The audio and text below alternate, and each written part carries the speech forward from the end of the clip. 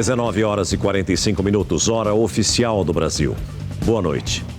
Um empresário, dono de um lava-rápido, foi assassinado com 3 tiros em Osasco, na Grande São Paulo. Ele foi abordado por 2 homens que fugiram no carro de luxo dele, mas abandonaram o veículo. A polícia suspeita que o crime foi planejado.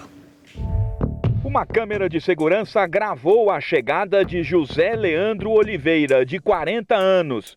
Ele desce do carro para abrir o portão do Lava Rápido, em Osasco, na Grande São Paulo.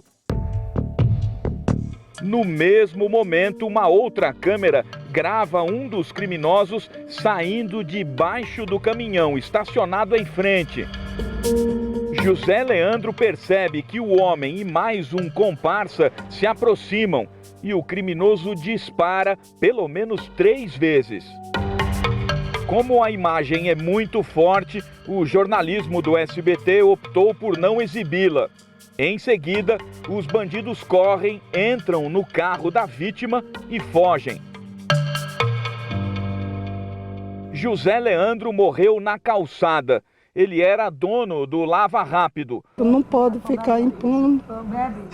Tiraram um pedaço de mim. Se ele fazia alguma coisa, eu não sei, mas ele nunca demonstrou para mim, sempre mostrou um filho certo, né? Nunca trouxe desespero para mim, nem para o pai. O carro dele foi abandonado perto dali, a menos de 3 quilômetros do local do crime. O caso foi registrado como latrocínio, o roubo seguido de morte. Mas alguns detalhes chamaram a atenção dos investigadores já nas primeiras horas do dia. A suspeita agora é de um homicídio. O primeiro ponto é que os criminosos esperavam a chegada da vítima. José Leandro só foi até o Lava Rápido na madrugada desta segunda-feira porque ia dormir no local. Os bandidos sabiam disso. Repare que ele não se assusta com a chegada da dupla.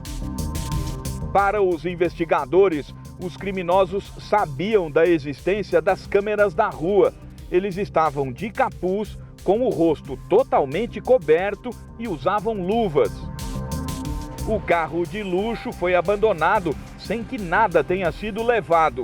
Os policiais já sabem também que um terceiro criminoso esperava perto dali para ajudar na fuga. Que Deus te guarde, te proteja e te faça companhia. Hoje é segunda-feira, 24 de novembro de 2025. Veja agora os outros destaques desta edição. Primeira turma do Supremo decide por manter a prisão preventiva de Jair Bolsonaro na Polícia Federal. No voto, o ministro Alexandre de Moraes afirmou que o ex-presidente violou a tornozeleira de forma intencional e consciente. Entenda como funciona o monitoramento da tornozeleira eletrônica usada pelo ex-presidente. Você tem sensores aqui dentro, que na retirada da tampa ou a entrada de luz, ele aciona automaticamente a central de monitoramento. Deputado Alexandre Ramagem fala pela primeira vez após sair do país, chama Moraes de tirano e diz estar protegido nos Estados Unidos. Só que o tirano da toga, ele sabe de todas as atrocidades que ele cometeu nesses autos. Termina hoje os prazos para as defesas de Bolsonaro e outros réus apresentarem novos recursos após a condenação por tentativa de golpe. Estados Unidos colocam Nicolás Maduro na lista de terroristas e 6 companhias aéreas cancelam voos para a Venezuela. Conectado com você, sintonizado com o mundo, o SBT Brasil está no ar. 4 pessoas foram presas e 200 toneladas de materiais foram removidos de barricadas no Rio de Janeiro e outros 4 municípios da região metropolitana. Acompanhe. Mais de 200 toneladas de pneus, entulhos e blocos de concreto foram retiradas com a ajuda de máquinas retroescavadeiras. A ação aconteceu na Cidade de Deus, na zona oeste do Rio, e em outras comunidades de 4 municípios da região metropolitana. A operação Barricada Zero foi coordenada pelo governo estadual em parceria com as prefeituras. O estado do Rio de Janeiro não mais tolerará que haja barricada em nosso território. Os obstáculos colocados em vias de acesso se tornaram uma das principais estratégias de traficantes para garantir o controle do território. Assim, eles impedem a entrada de grupos rivais, operações da polícia e restringem o direito de ir e vir dos moradores. As barricadas também prejudicam a chegada de serviços essenciais. Em muitas áreas, empresas de coleta de lixo, iluminação, TV, internet e serviços de manutenção não conseguem entrar nas comunidades. Na semana passada, o criminoso apontado como mentor das barricadas, ligado ao Comando Vermelho, foi preso. Cosme Rogério Ferreira Dias é acusado não apenas de fornecer a matéria-prima usada nos bloqueios urbanos, mas de projetar estruturas mais difíceis de serem removidas. O governo disse que foram mapeados mais de 13 mil obstruções em diferentes comunidades. Fiquem certos que durante a semana que vem, mais operações vão ter no sentido não só de retirada de barricada, mas de identificar todo aquele que de alguma maneira facilita a colocação dessas barricadas. Segundo o especialista em segurança pública e ex-comandante do BOPE, a tropa de elite da Polícia Militar, a medida tem efeito limitado, se não for acompanhada de outras ações permanentes. Mas se o município, e a União não fizerem o seu papel naquelas ações que podem ter efeito de médio e longo prazo, de caráter social, mas também de endurecimento e apoio ao endurecimento da norma jurídica, nós vamos ter mais do mesmo. O governador disse que a operação marca apenas o começo do trabalho. E o próximo passo é o trabalho de monitoramento para que essas barricadas não voltem. Voltando, quem voltar receberá a visita do BOPE e da CORE com operações duras, aos moldes da operação contenção, para que eles entendam a força do Estado que está sendo empregado nisso. Preste atenção agora neste caso. Um cabeleireiro foi assassinado dentro de casa em um dos bairros mais luxuosos de São Paulo. O corpo dele foi encontrado amarrado e amordaçado. A polícia procura agora por 2 homens que foram flagrados deixando a residência da vítima. O salão de cabeleireiro fica nesse sobrado, onde também morava José Roberto Silveira, conhecido como Beto, de 59 anos. O corpo foi encontrado no fim de semana por parentes. Os vizinhos ficaram chocados. Vamos sentir saudade demais dele. Ele era um cara que, pra nós, era como se fosse irmão. Tava aí sempre com a gente, brincalhão e tudo mais. E do nada aconteceu essa fatalidade. É chocante, né? Igual eu falei, tá caindo a ficha hoje, porque ele era uma pessoa maravilhosa, né? A gente, assim, foi o nosso melhor vizinho. Beto já estava morto havia algumas horas quando a polícia chegou.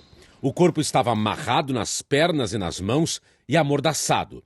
Havia ferimentos nos ombros e no nariz e marcas de mordidas no braço.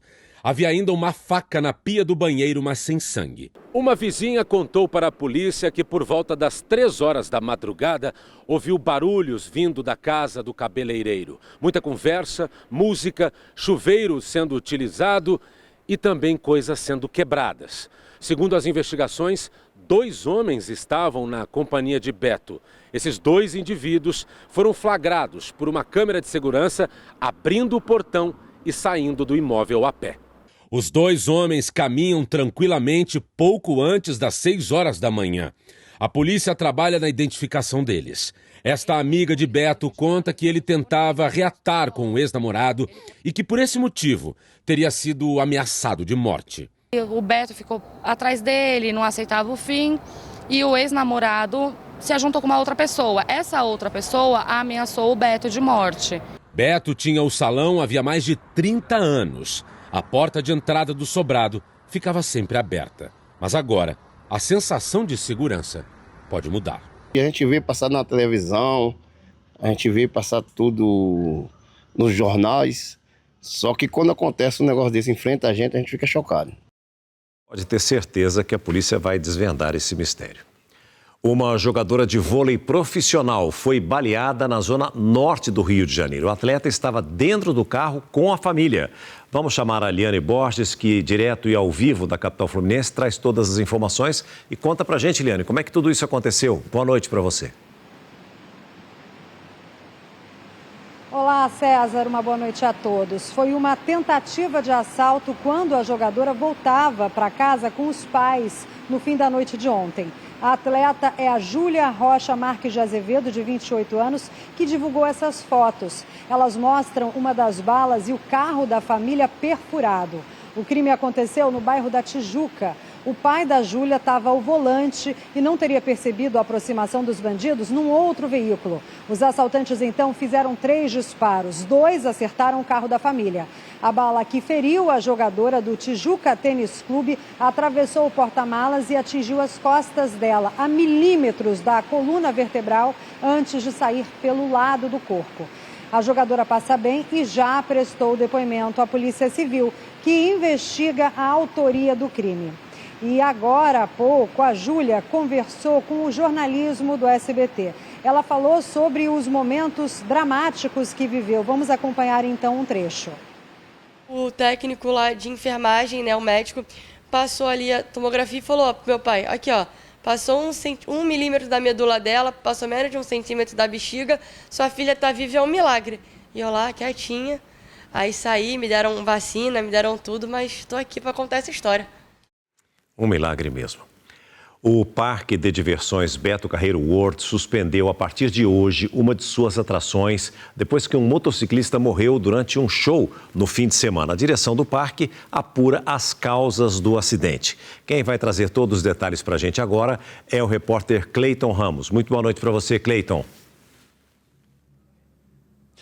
Boa noite, César. Boa noite a todos. O piloto Loic Ferrari se apresentava na atração Hot Wheels Epic Show. Ele fazia parte da equipe que se apresentava em uma pista radical com saltos, giros e outras manobras. O acidente foi gravado pelo público no momento em que Ferrari tentou saltar de uma rampa para outra. O piloto tinha quase 30 mil seguidores nas redes sociais. Em nota, o parque informou que ele recebeu atendimento imediato dos bombeiros e foi levado ao hospital, onde passou por uma cirurgia. O Beto Carreiro World também disse que oferece suporte à família e que já iniciou os protocolos internos para apurar as causas do acidente. Além disso, em respeito à família e aos colegas de trabalho, o parque não realizou o mesmo show nesta segunda-feira e não tem previsão de reabertura nessa atração. Fato triste que aconteceu neste final de semana. Volto com você, César. Sem dúvida, obrigado pelas informações, Cleiton. Uma ótima noite a você, a todos de Florianópolis, de Santa Catarina e da região sul do país. E agora nós vamos até Brasília, porque o ex-presidente Jair Bolsonaro segue preso na Superintendência da Polícia Federal. E a nossa repórter Paula Cuenca está lá e traz as últimas atualizações. Conte-me tudo, não me esconda nada, Paula. Boa noite para você. Boa noite para você também, César. Para quem nos acompanha, olha, o clima aqui na Superintendência da Polícia Federal em Brasília, que é onde o ex-presidente Jair Bolsonaro está detido desde o último sábado, foi bem mais tranquilo nessa segunda em comparação com o fim de semana. Somente agora no fim da tarde, por volta das 5 horas da tarde, é que um grupo de apoiadores do ex-presidente se reuniu na avenida aqui em frente à Superintendência com faixas, bandeiras, inclusive pedindo a aprovação da anistia no Congresso Nacional, manifestando o apoio ao ex-presidente Jair Bolsonaro. A Polícia Federal também permanece cuidando da segurança aqui no espaço em torno da Superintendência da PF.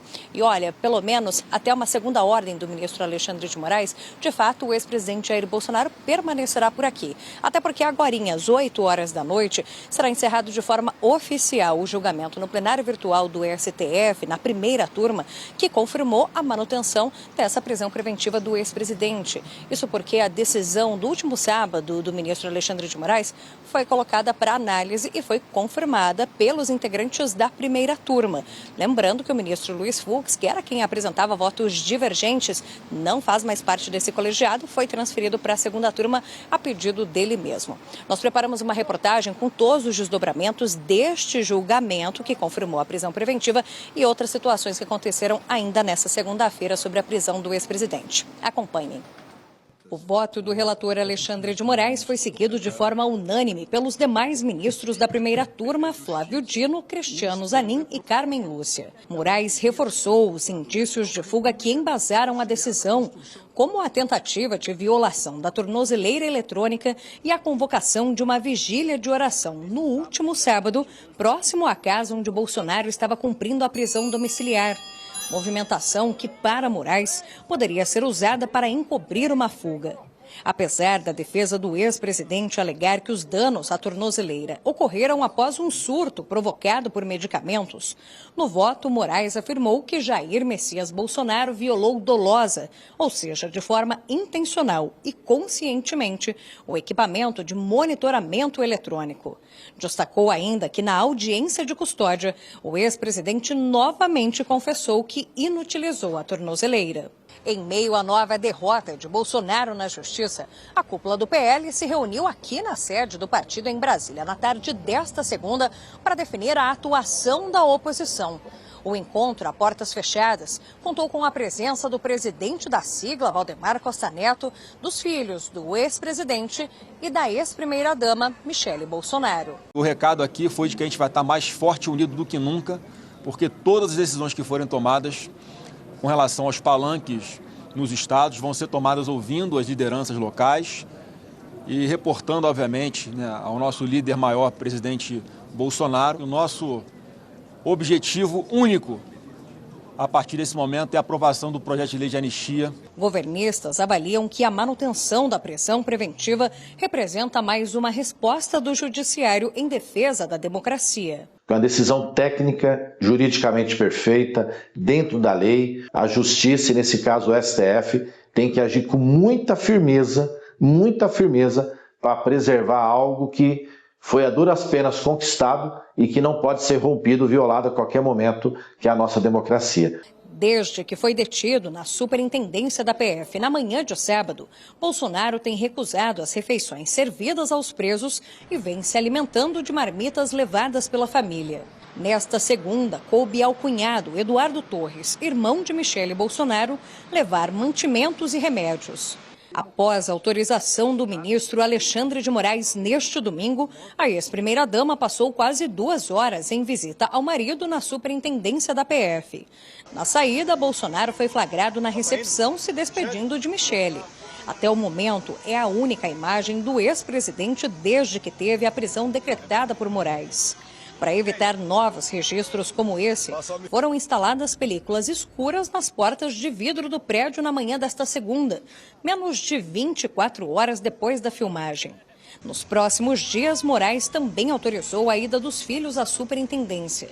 As visitas terão duração de até 30 minutos e foram agendadas individualmente. O vereador Carlos Bolsonaro e o senador Flávio Bolsonaro poderão visitar o pai nesta terça, das 9 às 11 horas, cada um em horário distinto. Na quinta, no mesmo horário, será a vez do vereador Jair Renan Bolsonaro. A Paola segue conosco direto e ao vivo de Brasília para nos trazer os próximos passos. Paola, hoje acaba o prazo para a defesa de Bolsonaro apresentar novos recursos contra a condenação por tentativa de golpe. Esse prazo, aliás, já estava estabelecido antes da prisão preventiva dele, não é mesmo? Conta pra gente o que acontece a partir de agora, por favor. Pois é, César, em meio a essa prisão preventiva, o ex-presidente Jair Bolsonaro ainda pode estar às vésperas de iniciar o cumprimento da pena de mais de 27 anos de prisão, que foi sentenciada pelo STF pelo ex-presidente ter liderado uma tentativa de golpe de Estado. Como você mencionou, nesta segunda-feira encerra o prazo para que as defesas, os advogados do ex-presidente, apresentem ao STF uma segunda rodada de recursos que servem para, inclusive, apontar contradições, esclarecer contradições ou até mesmo equívocos que estejam ali nos votos dos ministros, ainda falando sobre o julgamento da condenação. São recursos que não têm potencial de reverter essa condenação. Acontece que os advogados de Jair Bolsonaro já avisaram que pretendem entrar no Supremo com um outro tipo de recurso, que esse sim serve para anular a condenação e que tem um prazo maior para ser apresentado, 10 dias ainda para frente para ver essa apresentação. Só que esse tipo de recurso só teria validade, segundo os presidentes do Supremo, se 2 ministros tivessem apresentado os votos pela absolvição do ex-presidente Jair Bolsonaro, o que não aconteceu. À época, somente o ministro Luiz Fux é que teve esse posicionamento pela absolvição de Jair Bolsonaro. Dessa forma, juristas avaliam que existem grandes chances de, ainda nesta semana, o ministro Alexandre de Moraes, relator da ação penal, encerrar justamente esse processo após uma provável rejeição da segunda leva de recursos que tem o prazo para apresentação encerrando nesta segunda-feira. E, bom, havendo encerramento da ação penal, começa-se o início do cumprimento da pena. E daí Jair Bolsonaro pode ser transferido ou para a penitenciária da Papuda ou outra unidade prisional. A decisão fica a cargo de Alexandre de Moraes. Obrigado pelas informações, Paulo. Uma ótima noite a você, a todos de Brasília e da região central do nosso país.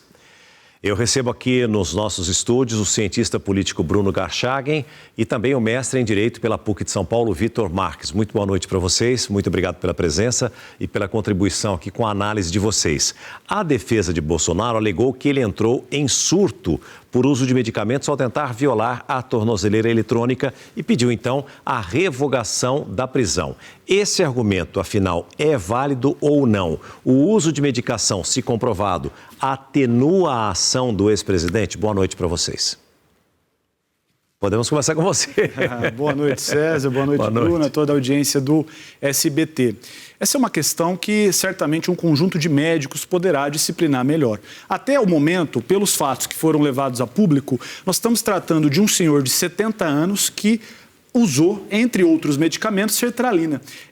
Há especialistas, inclusive, apontando que, se esse uso de fato aconteceu, o efeito, na verdade, deveria ter sido o oposto, dele ter ficado dormente e não ter condições de manusear, né, um ferro com fogo para tentar a retirada da tornozeleira eletrônica. Deste modo, entendo pouco provável que o Supremo Tribunal Federal reveja essa decisão que, afinal, foi confirmada hoje pelo plenário, né? Somando a tentativa de retirada da tornozeleira mais os atos, o Supremo chegou à conclusão de que ali existia um risco de fuga do ex-presidente Bolsonaro e, portanto, decretou a sua prisão preventiva.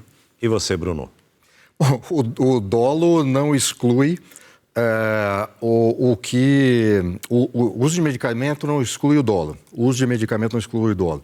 Para que haja uma resposta técnica por parte da defesa, é preciso que um laudo psiquiátrico. Então, não me parece que apenas a alegação de que o uso de medicamento provocou aquilo seja suficiente para alterar a posição do Supremo. Agora, César e audiência, do ponto de vista político, é um problema. Quer dizer, às vésperas do STF confirmar o trânsito em julgado, às vésperas da análise do pedido da defesa do Bolsonaro para que ele cumprisse a prisão em regime domiciliar, o ex-presidente age dessa forma, isso é um problema muito sério para ele.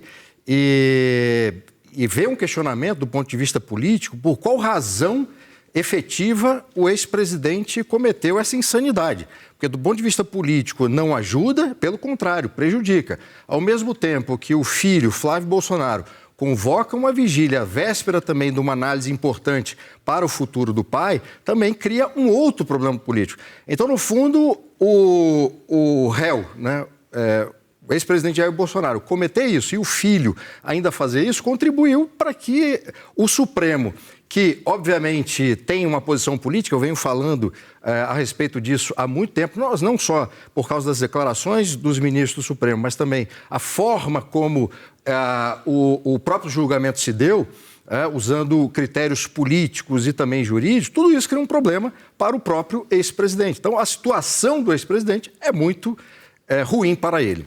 Agora, com o fim do prazo para os novos recursos, a gente pode afirmar que a tendência é que Moraes entenda que os embargos são apenas para retardar o cumprimento da pena por tentativa de golpe. Você acredita nisso?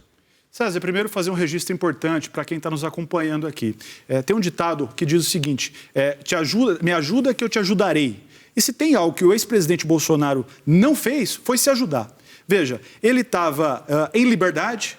Quando começou a investigação, veio o processo, foi retirado o passaporte em 2024. Depois, em julho de 2025, ele tomou atitudes que desrespeitaram o Supremo Tribunal Federal e, em razão disso, veio a tornozeleira eletrônica. Depois, em agosto, ele também, novamente, praticou outros atos que atentavam contra o Supremo Tribunal Federal e apontavam para um risco de fuga. E assim veio a prisão domiciliar. E neste momento veio a prisão preventiva. Ou seja, o ex-presidente Bolsonaro, pessoalmente, não teve o cuidado de se preservar e o seu entorno continua insistindo em práticas que podem configurar crime. Os embargos de declaração, eles não têm a finalidade de alterar o mérito, o que já foi julgado. Portanto, sim, o ministro Alexandre de Moraes pode considerar que esses embargos têm uma finalidade de atrasar o cumprimento da pena. E se ele entender deste modo, não será a primeira vez que isso acontece no Brasil. Aconteceu recentemente com o ex-presidente Collor e também quando o atual senador, à época era juiz Sérgio Moro, ele também não aguardou esses embargos e decretou a prisão do atual presidente Lula. Então, não seria nenhuma novidade se assim o ministro Alexandre de Moraes entendesse por já decretar o cumprimento da prisão. Sua análise, Bruno, por favor. Análise que mistura parte jurídica e política. Como a gente vem comentando aqui, César, desde o início, o resultado do julgamento do Bolsonaro já era previsível, assim como a análise do Supremo a respeito disso é previsível. Eu ouço dizer que não é simplesmente uma tendência, mas já é uma certeza, que esses embargos não terão qualquer tipo de efeito para a defesa do presidente, efeito positivo. Portanto, vão ser, obviamente, como já estão sendo analisados pelos ministros como uma medida protelatória e assim será julgado.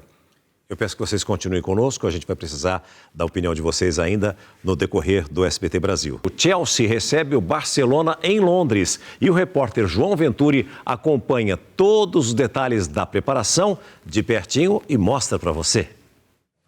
Enzo Maresca se tornou treinador de futebol porque um dia se apaixonou pelo jeito de jogar do Barcelona de Pep Guardiola.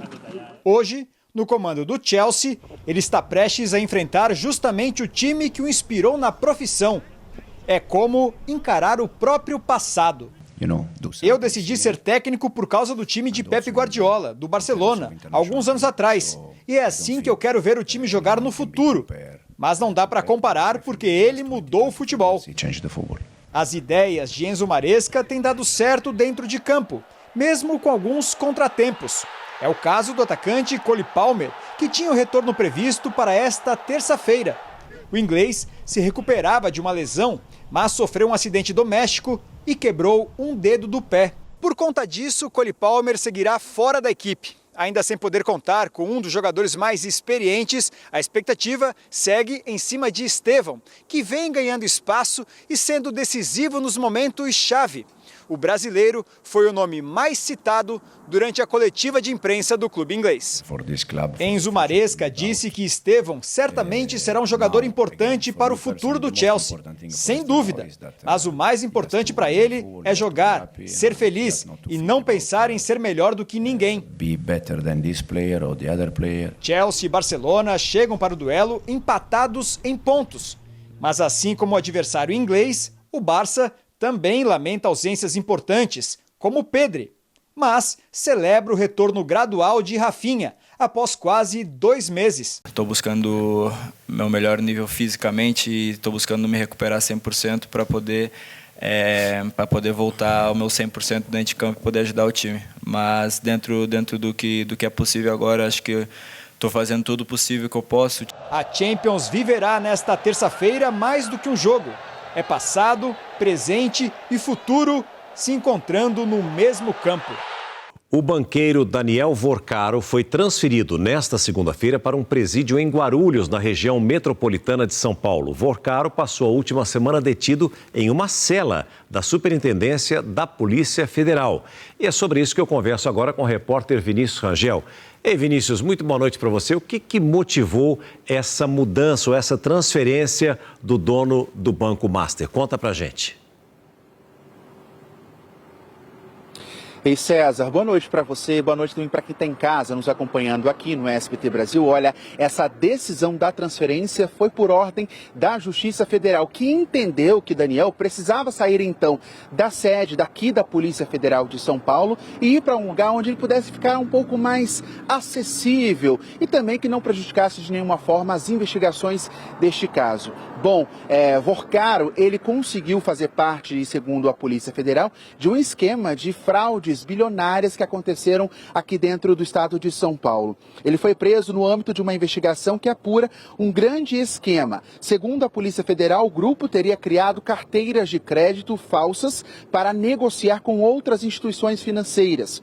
Vorcaro estava na carceragem aqui da PF em São Paulo e agora foi levado para um presídio em Guarulhos. A decisão leva em conta o risco à ordem econômica e também a possível influência do empresário sobre outros investigados. A defesa contesta todas as acusações e diz que ele não cometeu qualquer fraude. Também afirma que o Banco Master está passando por um processo regular de venda e que tudo foi interpretado de forma equivocada pela Polícia Federal. Agora, César, a expectativa é conseguir, então, descobrir até que ponto que foi toda essa fraude. Até qual é o prejuízo grande, né, de que teve esse impacto financeiro em todo o sistema. Só que a gente quer saber o seguinte, quantas pessoas mais serão ouvidas e quantas delas faziam parte desse esquema. E a gente segue acompanhando todo o caso, apurando as informações junto à Polícia Federal. César. Perfeito, Vinícius. Muito obrigado pelas informações. Uma ótima noite a você e a todos de São Paulo. E agora, a gente volta a falar sobre a prisão de Jair Bolsonaro. O SBT Brasil foi até uma central de monitoramento para mostrar para você como funciona o sistema da tornozeleira eletrônica e o alerta em caso de tentativa de violação do equipamento, como aconteceu com o ex-presidente.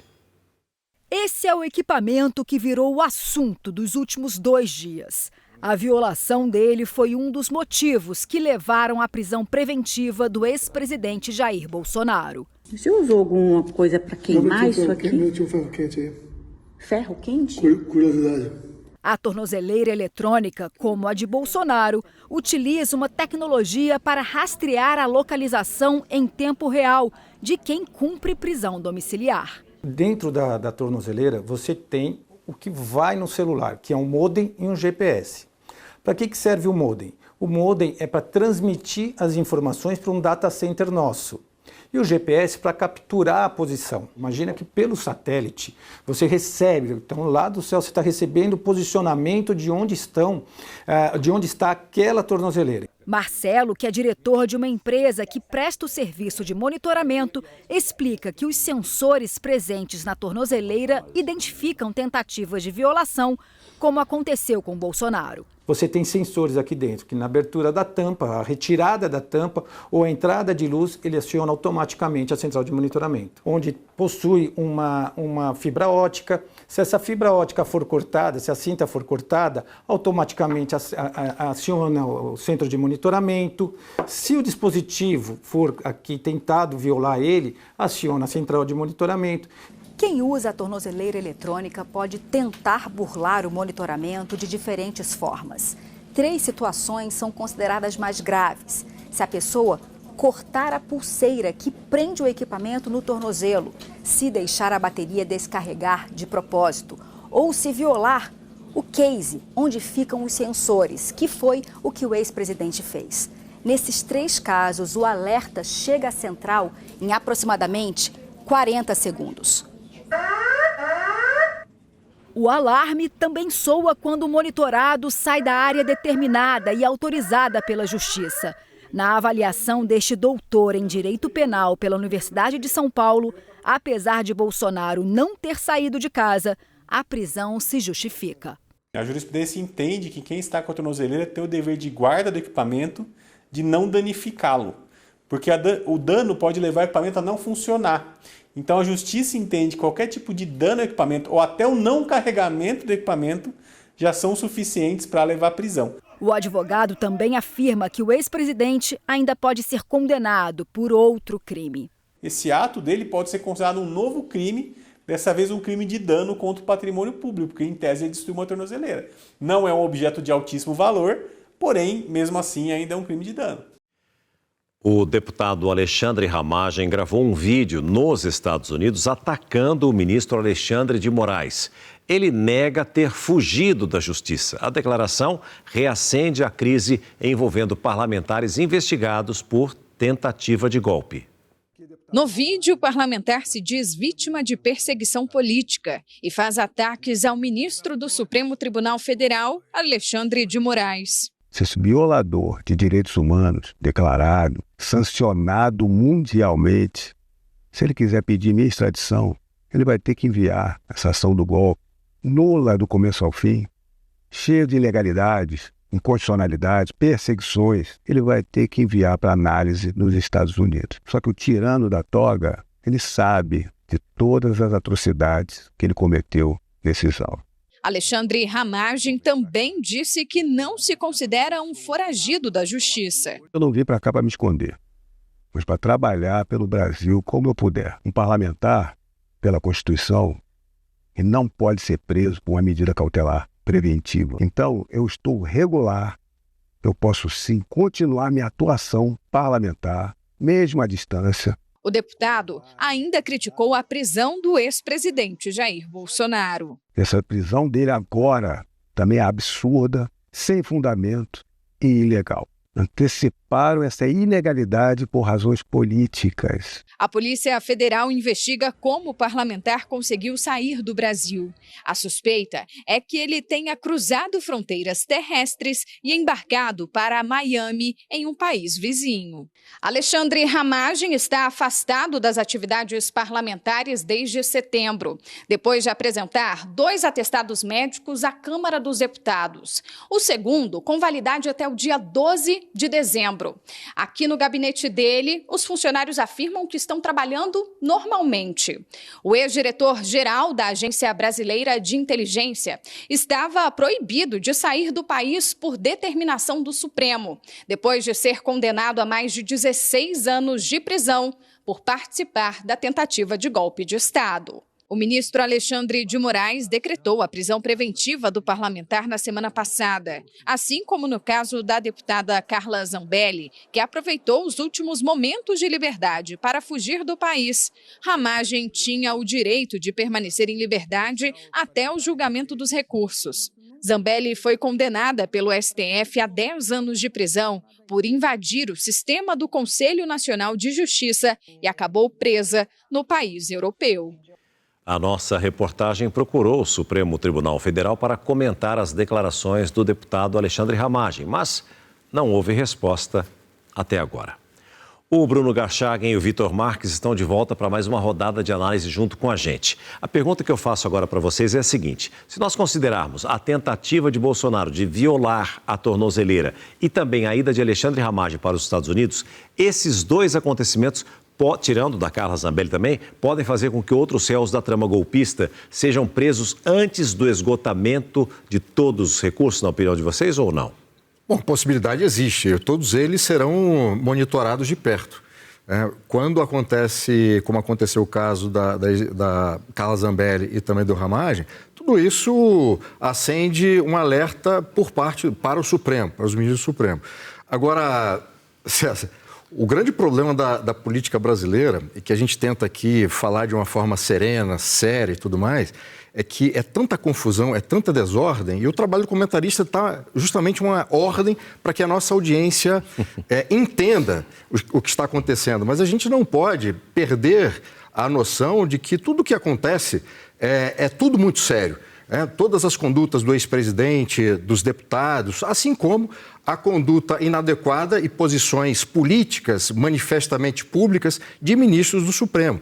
E é preciso lembrar da nossa audiência, quer dizer, o problema que a gente enfrenta nesse momento, que é o seguinte: o Bolsonaro preso neste momento, e desde a redemocratização nós tivemos 4 presidentes da República presos. Então tivemos Collor, tivemos Temer, Lula e o ex-presidente Jair Bolsonaro. O Lula, o atual presidente do Brasil, esteve preso na cadeia na Polícia Federal. Tudo isso torna o momento político agora um momento de muita tristeza, assim como uma situação bastante complicada para o horizonte próximo, no ano que vem, que vai ser um ano eleitoral. E a nossa audiência precisa entender o momento grave que o Brasil está passando. Qual é a sua opinião? César, eu entendo que as pessoas, elas respondem pelas suas condutas, pelos seus atos. O que nós estamos assistindo cumpre um registro para toda a nossa audiência. Há no Brasil aproximadamente 200 mil presos provisórios, ou seja, presos que ainda não passaram por todo o processo e não tem uma definição se essas pessoas são inocentes ou se elas são culpadas e, portanto, merecem estar presas. Na prática, toda vez que inicia uma investigação ou um processo contra um cidadão brasileiro, logo no início, é muito comum que os juízes já decretem a prisão preventiva. Isso não aconteceu no caso do ex-presidente Bolsonaro. A prisão preventiva só aconteceu depois de reiterados atos que apontavam para uma possibilidade de fuga e desrespeito ao Supremo Tribunal Federal. E aqui é importante registrar que a Constituição de 88, ela garante a liberdade de expressão, ela garante muitos direitos que a gente possa conviver com urbanidade, com harmonia e com respeito. O que nós estamos assistindo é um processo histórico, não só por envolver um ex-presidente da República, mas por ser a primeira vez, desde 1988, que novamente um grupo tenta derrubar o Estado Democrático de Direito. E acabar com o Estado Democrático de Direito é acabar com o direito de todo cidadão brasileiro. Por isso, os fatos são graves. Tem inclusive uma frase, para concluir, César, do escritor Oscar Wilde, que diz que a vida imita a arte. E esse episódio todo da tornozeleira me fez lembrar de um diálogo entre o João Plenário e o Carlos Alberto de Nóbrega, na A Praça é Nossa, em que o João Plenário diz que estava tentando uma prisão domiciliar para ir aos Estados Unidos e fugir do Brasil. Lá é engraçado, aqui no Brasil é lamentável. Agora, aliados do ex-presidente adotaram um tom duro contra Alexandre de Moraes após a decretação da prisão de Bolsonaro. Isso complica ainda mais a situação do ex-presidente, na opinião de vocês, ou não? Eu acho que não faz muita diferença do ponto de vista jurídico, porque a posição política do Supremo ela já está dada há muito tempo e a posição jurídica também já está definida. Então, não muda nada, mas é importante que politicamente que o grupo faça para que a militância seja atendida como uma resposta. Porque se esse grupo fica calado também, passa uma imagem de fraqueza e de desmobilização. Então, do ponto de vista político, se explica, mas não fará a menor diferença em relação ao STF. Você concorda também que não vai fazer diferença? Olha, depende da opinião, César. Vamos lá. É importante que manifestações políticas dos aliados do ex-presidente Bolsonaro aconteçam. A Constituição Federal incentiva que as pessoas se manifestem politicamente. Agora, o que o Supremo Tribunal Federal, de maneira correta, tem feito é não tolerar a prática de crime. A gente pode opinar, pode manifestar as nossas opiniões, pode divergir ao vivo num programa nacional. Agora, o que a gente não pode é desrespeitar as instituições. Então, eles estão sendo investigados e alguns já foram condenados por atentar contra o Estado brasileiro, contra as instituições, contra o Supremo Tribunal Federal. Se esse grupo continuar insistindo em atos que atentem contra o Estado brasileiro, contra o STF, certamente serão responsabilizados por tais condutas. Muitíssimo obrigado pela presença de vocês. Um prazer, uma honra tê-los aqui mais uma vez. Espero revê-los em breve. Muito obrigado mesmo. Nós vamos continuar falando ainda de Brasília porque o indicado por Lula ao STF, Jorge Messias, divulgou hoje uma carta dirigida ao presidente do Senado, Davi Alcolumbre, que não deu prazo até agora para ir, ou melhor, para abrir a sabatina que pode validar a indicação do advogado-geral da União. Nós vamos falar isso com o Murilo Fagundes, ao vivo e direto de Brasília. Murilo, muito boa noite para você. O Messias está tentando abrir aí já um caminho para ser aprovado pelos senadores, na sua opinião? Conta pra gente. Tá sim, viu, César? Tarefa árdua, inclusive. Uma ótima noite a você e a quem nos acompanha. Essa carta de Messias para Alcolumbre foi um aceno nesse momento em que a relação não está muito boa entre os dois. No texto, o advogado-geral da União faz elogios ao senador, diz ter uma relação antiga com a casa e afirma que pretende conversar individualmente com cada parlamentar antes da sabatina na CCJ, que ainda não tem data nem relator definidos. Horas depois, Alcolumbre respondeu com uma nota oficial. Disse que recebeu a indicação com respeito institucional, mas destacou que o Senado só vai votar a indicação de Messias no momento oportuno, ressaltando que cada senador votará livremente, em palavras claras, sem o apoio oficial de Davi Alcolumbre. Nos bastidores, Alcolumbre critica a escolha de Lula por Messias em vez do senador Rodrigo Pacheco. E a avaliação de momento é de que o nome de Messias só avança quando a temperatura esfriar, viu, César? Agora, Murilo, e na Câmara, como é que estão essas negociações? Também há um conflito do governo com o presidente da Casa? Olha, César, pode-se dizer que a cúpula do Congresso está em verdadeiro pé de guerra com lideranças ligadas a Lula. Não é o melhor momento este de agora. No Senado, além desse impasse em torno do nome de Messias, há também um desgaste entre Alcolumbre e o líder do governo, o senador Jacques Wagner. E na Câmara, o clima também está muito ruim. Hoje, o presidente Hugo Mota confirmou que rompeu com o líder do PT, Lindbergh Farias. Esse racha aconteceu depois de uma série de críticas de Lindbergh à condução daquele PL antifacção, principalmente a escolha de Guilherme Derrite como relator. Mota então se irritou e decidiu romper com Lindbergh Farias.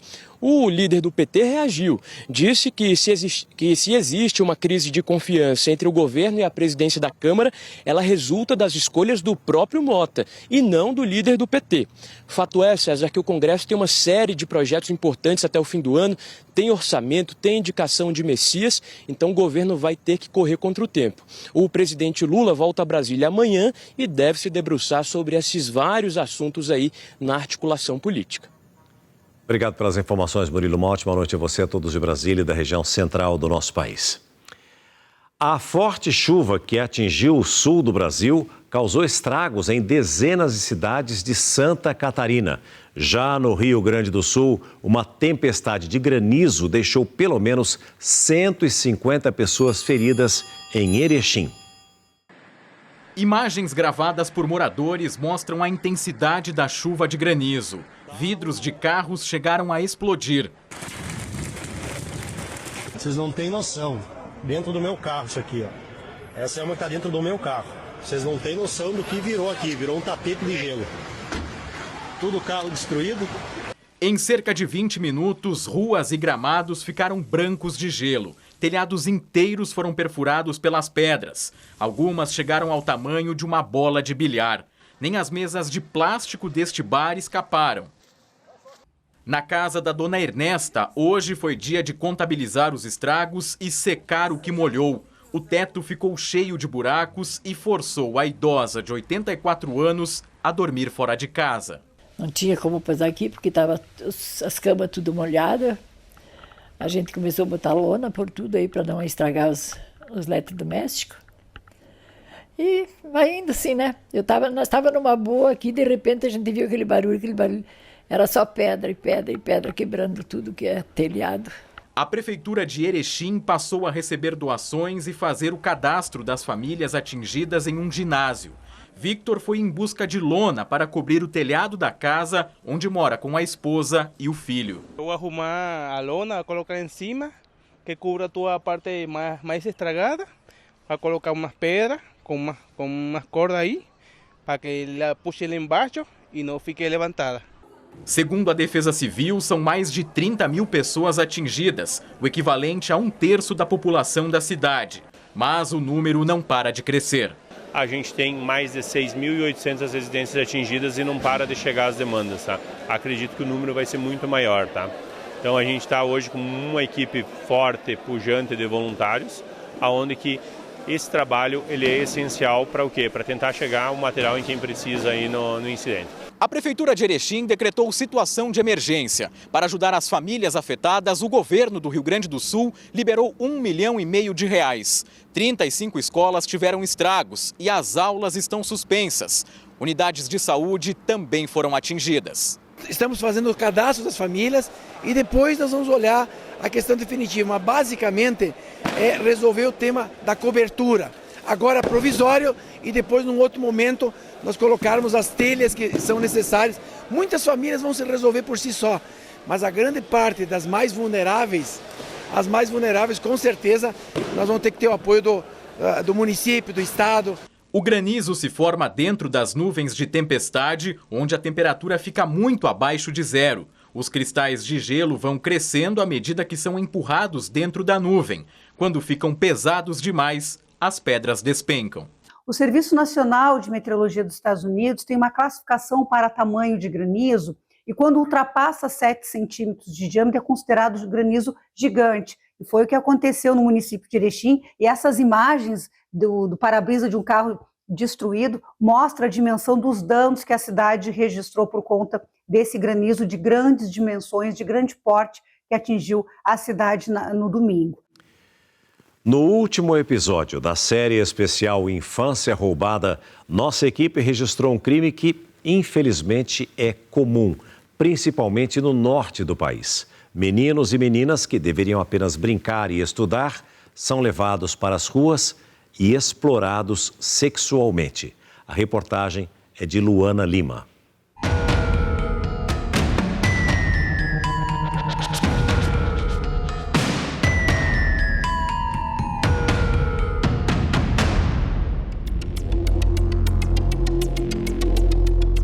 Nas madrugadas de Manaus, a infância ainda é moeda de troca. Crianças que perderam o direito de brincar para exploração sexual. Um crime que segue desafiando autoridades e destruindo futuros. Nossa equipe foi até o centro de Manaus e flagrou a presença de meninas menores de idade em pontos conhecidos pela exploração sexual. O que mais chama a atenção é que esses locais ficam, na maioria das vezes, próximos a áreas controladas pelo tráfico de drogas. Uma conexão silenciosa que expõe a vulnerabilidade dessas adolescentes e revela a atuação de criminosos que exploram tanto o corpo quanto a dignidade das vítimas. Eu sei que o centro hoje da nossa cidade é o canto que tem mais exploração sexual. Eu vou submeter um adolescente abaixo de 18 anos para que ele possa, eu dou ali R$50 para que ele tenha faça um ato sexual com alguém. São lugares como esse corredor, com pouca luz, que a exploração sexual infantil se mantém viva. Locais onde adultos se aproveitam da vulnerabilidade, onde o dinheiro fácil vira isca e onde a infância é negociada como se fosse mercadoria. A dinâmica é silenciosa, ocorre rápido e acontece noite após noite. E não é um problema só dos centros urbanos. Nas comunidades ribeirinhas, a distância, a falta de estrutura e a dificuldade de acesso fazem com que muitos casos de exploração sexual demorem a ser descobertos e denunciados. Nós tivemos alguns casos que a própria família colocava as crianças no eixo da prostituição, né, em troca de um dinheiro, de um alimento. No Amazonas, 57% das vítimas acolhidas pelo Estado são meninas. Mas o número de meninos explorados também cresce, especialmente em bairros mais pobres. Todos os dias nós recebemos aqui na sede do Conselho denúncias, né, envolvendo violência sexual contra essas crianças e adolescentes. Não tem idade para acontecer a violência, infelizmente. Nos abrigos e casas de apoio, equipes multidisciplinares tentam reconstruir essas histórias. O atendimento às vítimas envolve polícia, saúde, conselho tutelar e o poder judiciário. Nossa sociedade é responsável por eles. A luta para acabar com os mais diversos tipos de violência contra crianças e adolescentes é diária. Denunciar é fundamental para quebrar o ciclo de violência e devolver às vítimas o que lhes foi negado: o direito à infância.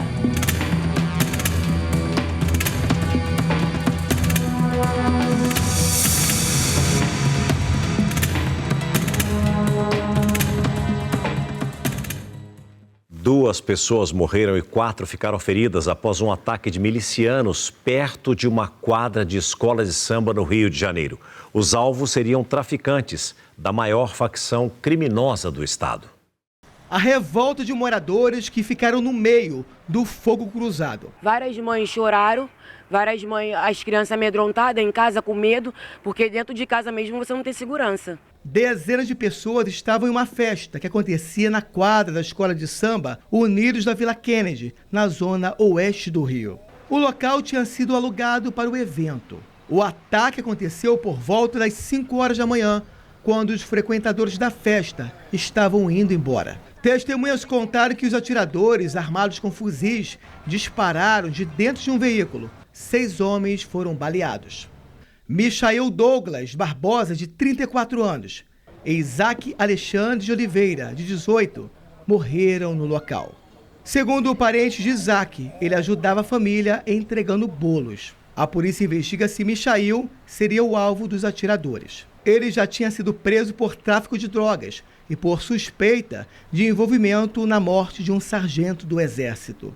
4 feridos com idades entre 17 e 19 foram levados para um hospital da região. Neste ponto, a situação ficou ainda pior. Os moradores entraram em pânico. Veja só, os cartuchos espalhados no meio do caminho. As balas também atingiram esse Fusca, além dessa moto. Veja só que a perfuração foi no pneu, também no portão e nesse outro veículo. A Delegacia de Homicídios investiga o caso e não descarta a possibilidade de uma guerra entre traficantes e milicianos. A Vila Kennedy é controlada pela facção criminosa Comando Vermelho. Os traficantes vêm tentando expandir o território para áreas dominadas por grupos rivais. E começou a valer hoje o programa Gás do Povo, que oferece recarga gratuita de botijões de gás para famílias de baixa renda. A iniciativa começa em 10 capitais do país. E é o que o repórter Eduardo Pinzon explica agora para a gente. Pinzon, como é que a pessoa pode saber se foi contemplada? Explica para a gente. Uma boa noite para você. Boa noite, César, e a todos que nos acompanham. Tudo é feito automaticamente e não é preciso se inscrever. Basta consultar o aplicativo Meu Social ou o portal Cidadão Caixa. Nessa primeira fase, os moradores de São Paulo, Goiânia, Belém, Recife, Teresina, Natal, Salvador, Fortaleza, Belo Horizonte e Porto Alegre já podem verificar se foram selecionados. O benefício é destinado a quem está no cadastro único, com renda de até meio salário mínimo e prioridade para inscritos do Bolsa Família. Para retirar o gás, o responsável pode usar o cartão com chip do Bolsa Família, um cartão de débito da Caixa ou o CPF. Cada família poderá receber de 4 a 6 botijões por ano, variando conforme o número de dependentes. César. Obrigado pelas informações, Pinzon. Uma ótima noite a você e a todos do sul do país. Depois de participar da cúpula de líderes do G20 na África do Sul, o presidente Lula seguiu viagem para Moçambique, onde fez uma visita oficial para fechar acordos de cooperação. Durante um evento com cerca de 300 empresários brasileiros e moçambicanos, Lula voltou a defender os biocombustíveis e, em tom de brincadeira, falou sobre o biodiesel da Petrobras. Ela está agora refinando o biodiesel, sabe, já misturado 100% com diesel. Sai um diesel melhor do que qualquer outro, dá até para beber, Haddad. Os carros bebem, e bebem muito. O presidente brasileiro passou o dia com o presidente de Moçambique, Daniel Chapo, que destacou a importância de um possível apoio do BNDES a empresas da região. Estamos a falar de agricultura, infraestrutura, energia e várias outras áreas importantes para o desenvolvimento do país. Sem investimento é impossível. Daí que o BNDES é extremamente importante como braço financeiro para o desenvolvimento destes projetos. Esta foi a primeira viagem de Lula no atual mandato e a quarta desde o ano de 2023. A visita oficial faz parte de uma estratégia do Palácio do Planalto para estreitar os laços com países do continente africano, diante da crise do multilateralismo. Integrantes dos dois governos assinaram 9 acordos de cooperação em áreas como saúde, agricultura e educação, e se comprometeram a trabalhar juntos pela segurança alimentar. Na viagem, Lula defendeu ainda que os minerais críticos, abundantes no Brasil e que interessam a países como os Estados Unidos, não sejam exportados. Nós não vamos ser exportador dos minerais críticos. Se quiser, vai ter que industrializar o nosso país para que o nosso país possa ganhar esse dinheiro.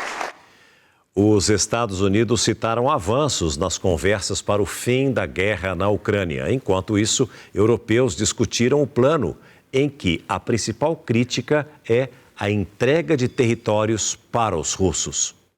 Eles não queriam que parecesse uma revolta contra o plano dos Estados Unidos. Até porque, do outro lado, está o homem que os europeus se esforçam para não desagradar. A reunião em Luanda, às margens da cúpula União Europeia-União Africana, foi para acertar uma estratégia. O território e a soberania da Ucrânia devem ser respeitados, disse a presidente da Comissão Europeia. Foi um contraponto às exigências de que a Ucrânia abra mão de todas as terras invadidas, entregue mais um pouco para os russos e ainda diminua o tamanho do seu exército. Horas antes, na Suíça, depois de uma reunião entre as delegações da Ucrânia e dos Estados Unidos, a insatisfação dos europeus já tinha surtido algum efeito. Estamos trabalhando em algumas mudanças, disse o chefe da diplomacia dos Estados Unidos. O que está em jogo não é apenas o fim da guerra, mas as condições em que ela vai terminar. Para os europeus, essa definição tem a ver não apenas com a segurança da Ucrânia, mas também com a do restante do continente. Por isso mesmo, a Europa trabalha em uma contraproposta, que exige que os invasores também cedam em alguns pontos e não apenas os invadidos. A Rússia já classificou o que chamou de interferência como não construtiva. Além dos russos, é preciso convencer também o presidente dos Estados Unidos, que tinha chamado os ucranianos de mal agradecidos e dado um prazo até quinta-feira para que eles aceitassem a proposta inicial. Nesta segunda, Donald Trump afirmou que algo bom está para acontecer. É mais uma mudança de tom do norte-americano, que contrasta com o que se ouve na Ucrânia. Os Estados Unidos classificaram o líder venezuelano Nicolás Maduro como terrorista. Com a decisão, Maduro entra em uma lista restrita dos Estados Unidos, onde já estiveram Osama Bin Laden, Al-Qaeda, Estado Islâmico e cartel mexicano de Sinaloa. No caso do venezuelano, os norte-americanos afirmam que ele é o chefe do cartel de Los Soles, classificado como organização terrorista pelo Departamento de Estado. No começo do mês, quando a Casa Branca indicou que a classificação iria acontecer, o secretário de Estado afirmou que o regime de Maduro coopera para que drogas sejam despachadas para os Estados Unidos. Maduro reagiu, negou a existência do cartel de Los Soles e disse que a inclusão de seu nome na lista de terrorismo é uma mentira ridícula. A classificação do cartel de Los Soles como uma organização terrorista abre um caminho legal para que os Estados Unidos comecem uma operação militar no país latino.